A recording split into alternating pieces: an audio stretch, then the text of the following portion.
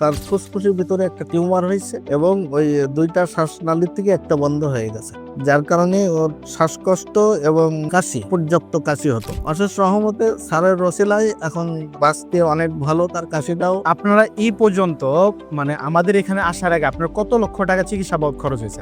এখন ইন্ডিয়াতে যেহেতু এটা চিকিৎসা করিনি, তারপরেও 5 থেকে 6 লক্ষ টাকা চলে গেছে। 5 থেকে 6 লক্ষ টাকা। জি জি। আসসালামু আলাইকুম, আমি doctor ATM Rezaul Karim, cancer চিকিৎসক অধ্যক্ষ ডাক্তার এস এম সরোয়ার স্যারের সহযোদ্ধা হিসাবে কাজ করতেছি গণস্বাস্থ্য হোমিওতে। তো এখানে আমরা দেখে আসতেছি আল্লাহর মধ্যে বহুত পেশেন্ট সুস্থ হয়, যাদেরকে দেখতেছি অ্যাম্বুলেন্সে করে নিয়ে আসতেছে বা হসপিটালে আইসিইউতে আছে, ওখান থেকে ব্যাক করে। সেই ধারাবাহিকতায় আজকে আপনাদের সামনে আমাদের ছোট্ট একজন বাবুর পরিচয় করে দিব, যে আমাদের এখান থেকে চিকিৎসা করে আল্লাহর মধ্যে সম্পূর্ণভাবে সুস্থ আছে। সেই সাথে আমরা একটু তার সাথে একটু কথা বলে আসি এবং আপনাদের সাথে বিস্তারিত আলোচনা করবো ইনশাআল্লাহ তার রিপোর্ট সহ। বাবু, কেমন আছো তুমি? ভালো আছো? তোমার নাম? মার্জিয়া। তোমার বয়স কত? 5 বছর। তোমার বাবার নাম? মুজাহিদুল। তোমার আম্মুর নাম? রেখা। আচ্ছা, ইনি কি হয় তোমার? বাপি। আচ্ছা জি, আপনার নাম? মোহাম্মদ মফিজুল ইসলাম। মফিদুল ইসলাম। জি। পেশেন্ট আপনি কি হয় বাবুটা? ভাস্তি, আমার ছোট ভাইয়ের মেয়ে। জি। আপনাদের বাসা কোথায়? আমাদের বাসা সাতক্ষীরা, সাতক্ষীরাতে। কলারোয়া থানা। গ্রাম? গ্রাম Khaddapatta. Post office? Post office Dhandia.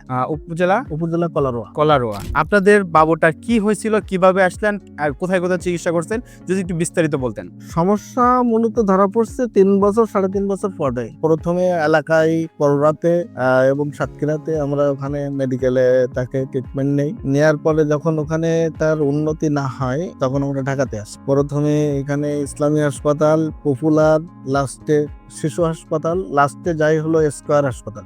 Square হাসপাতালে যে তাকে যে রিপোর্টটা আসলো, তার ফুসফুসের ভিতরে একটা টিউমার হয়েছে এবং ওই দুইটা শ্বাসনালীর থেকে একটা বন্ধ হয়ে গেছে, যার কারণে ওর শ্বাসকষ্ট এবং কাশি, পর্যাপ্ত কাশি হতো। এরপরে ওখান থেকে অপারেশন করালাম। অপারেশন করে ওখান থেকে আসার পরে তারপরে ওটা নির্মূল হয় নাই। পরবর্তীতে আবারও এক্সরে করে দেখলাম যে ওটা একটা বন্ধ হয়ে গেছে। এরপরে সবাই বাড়িতে সবাই বলাবলি করলো, সর্বশেষ বললো যে ইন্ডিয়াতে নিয়ে যাওয়ার জন্য। তো ওদের সব পাসপোর্ট আমি থেকে করাই দিলাম, দিয়ে পরে ওদের ইন্ডিয়াতে পাঠালাম। ইন্ডিয়াতে আমরা বাজি। ইন্ডিয়াতে কোথায় চিকিৎসা নিয়েছেন আপনারা? ভেলোরে নিয়ে গেছিলাম। আচ্ছা। নিয়ে যেয়ে ওখানে ডাক্তার দেখালাম। দেখানোর পরে ওখান থেকে ওনারাও অপারেশনের কথা বলার পরে তো ওখানে 6-7 মাস দেখানোর পরে অপারেশনের কথা বলে যখন আমাদের কথা বললো, তো এরপরে বললাম ঠিক আছে, আমরা তাহলে দেশে যাই, দেশের থেকে এসে আমরা অপারেশন করবো। পরে দেশে আসলাম, এসে ওনাদের কাছ থেকে ওটা শুনে আসছিলাম আমাদের কথা। ওখানে 5 লাখ টাকার মতো তারা চাইছিল। আসলাম, এসে আমাদের নিজেদের প্রিপারেশন নিয়ে আমরা আবার ভেলোরে চলে গেলাম। যে অপারেশন করব, ডাক্তারের সঙ্গে যখন বিস্তারিত কথা হয় ওকে নিয়ে, যে আসলে অপারেশন তো করব, ছোট বাচ্চা মানুষ, অবস্থাটা কি, যে আসলে অপারেশন করলে কি আমি ক্লিয়ার পাবো? হ্যাঁ, কিওর হবে। হ্যাঁ। তো তখন ডাক্তার বলল যে এটা সিউরিটি দিতে পারবো না আমি। এরপরে জিজ্ঞাসা করলাম যে তার রিস্কের বিষয়, তো বললো যে 5% রিস্ক, 95% ধরে নিতে হবে যে নাই। তো এসবগুলো শোনার পরে বাড়িতে কথা বলে সবার সঙ্গে আলোচনা করলাম। করার পরে সবাই দেখা গেল বললো যে ছোট বাচ্চা, এখন যেহেতু 5% মানে নাই, হ্যাঁ,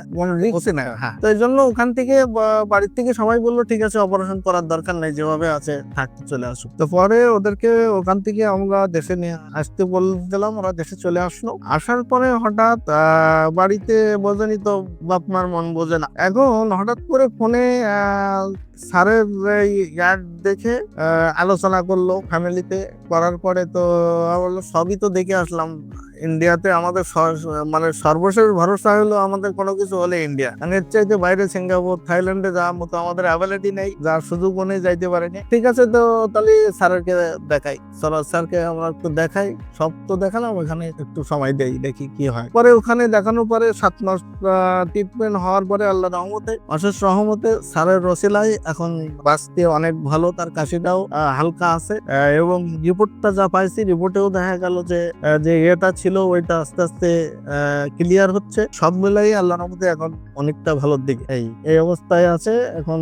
আপনারা এই পর্যন্ত মানে আমাদের এখানে আসার আগে আপনার কত লক্ষ টাকা চিকিৎসা বাবদ খরচ হয়েছে আপনার? এখন ইন্ডিয়াতে যেহেতু এটা চিকিৎসা করিনি, তারপরেও 5 থেকে 6 লক্ষ টাকা চলে গেছে। 5 থেকে 6 লক্ষ টাকা। জি জি। ইন্ডিয়াতে ইন্ডিয়ার আগে বাংলাদেশ না না বাংলাদেশে গেছে। বাংলাদেশে আর ইন্ডিয়াতে দেখা গেল যে ওইরকম 2 লাখ টাকা মতো খরচা হয়েছে। আচ্ছা আর অপারেশনটা করলে আরো এক্সট্রা 5 লাখ টাকা দিতে হতো, যেহেতু ওরা অপারেশন করেনি, আমরা ওখান থেকে চলে আসি। আচ্ছা টোটাল মানে আপনার আগে 7 লক্ষ টাকা আগে খরচ হয়ে গেছে, খরচ হওয়ার পর কোনো রেজাল্ট পান নাই, সবশেষে আমাদের ডাক্তার এস এম সরোয়ার স্যারের রেকর্ড দিয়ে চিকিৎসা শুরু করেন। এই বাচ্চাটা 7 মাস ট্রিটমেন্ট চালানোর পরে আমরা ওনাকে গত মাসে বলছিলাম যে আপনারা এবার পরীক্ষাটা করেন। ওনারা যে পরীক্ষাটা নিয়ে আসছে, এই পরীক্ষাটার রিপোর্টটা আপনারা এখানে দেখুন। এই পরীক্ষার রিপোর্টটার মধ্যে বলা হচ্ছে যে সম্পূর্ণরূপে আল্লাহর রহমতে বাচ্চাটা এখন ওই টিউমারটা আর নাই। যে টিউমারটা নিয়ে আমাদের টেনশন ছিল, টিউমারটা নিয়ে এত কিছু, সেই টিউমারটা এখন আলহামদুলিল্লাহ এই রোগীটার আর নাই। এখন আল্লাহর রহমতে 7 মাসের চিকিৎসায় এই বাচ্চাটা যেমন সুস্থ হয়েছে, আমরা জানি যে এই সমস্ত ট্রিটমেন্টগুলো আপনি ইন্ডিয়া বলেন, সিঙ্গাপুর বলেন, থাইল্যান্ড বলেন, যেখানেই যান, এই সমস্ত বাচ্চাদের বা এই সমস্ত রোগের ট্রিটমেন্ট অপারেশন করলেই যে চলে যাবে বিষয়টা তা না। এটা পুনরায় আবার ফিরে আসে এবং খুব অল্প সময়ের মধ্যে। বড় জোর আপনি 6 মাস থেকে 1 বছর সময় পাবেন, এর মাঝখানে আবার ফিরে আসে। কিন্তু আল্লাহর রহমতে এই রোগীটাকে আমরা এখন ট্রিটমেন্ট করতে পারছি। আল্লাহর রহমতে রোগীটা সম্পূর্ণরূপে সুস্থ আছে এবং রিপোর্ট অনুযায়ী সুস্থ আছে। আপনার বাচ্চাটাতে এখন রিপোর্ট অনুযায়ী আমরা সুস্থ পাইলাম। আপনি কি মনে হয় শারীরিকভাবেও শারীরিক ভাবে আগে ছাড়া এখন আল্লাহর রহমতে অসুস্থ সম্পূর্ণরূপে সুস্থ আছে? জি জি।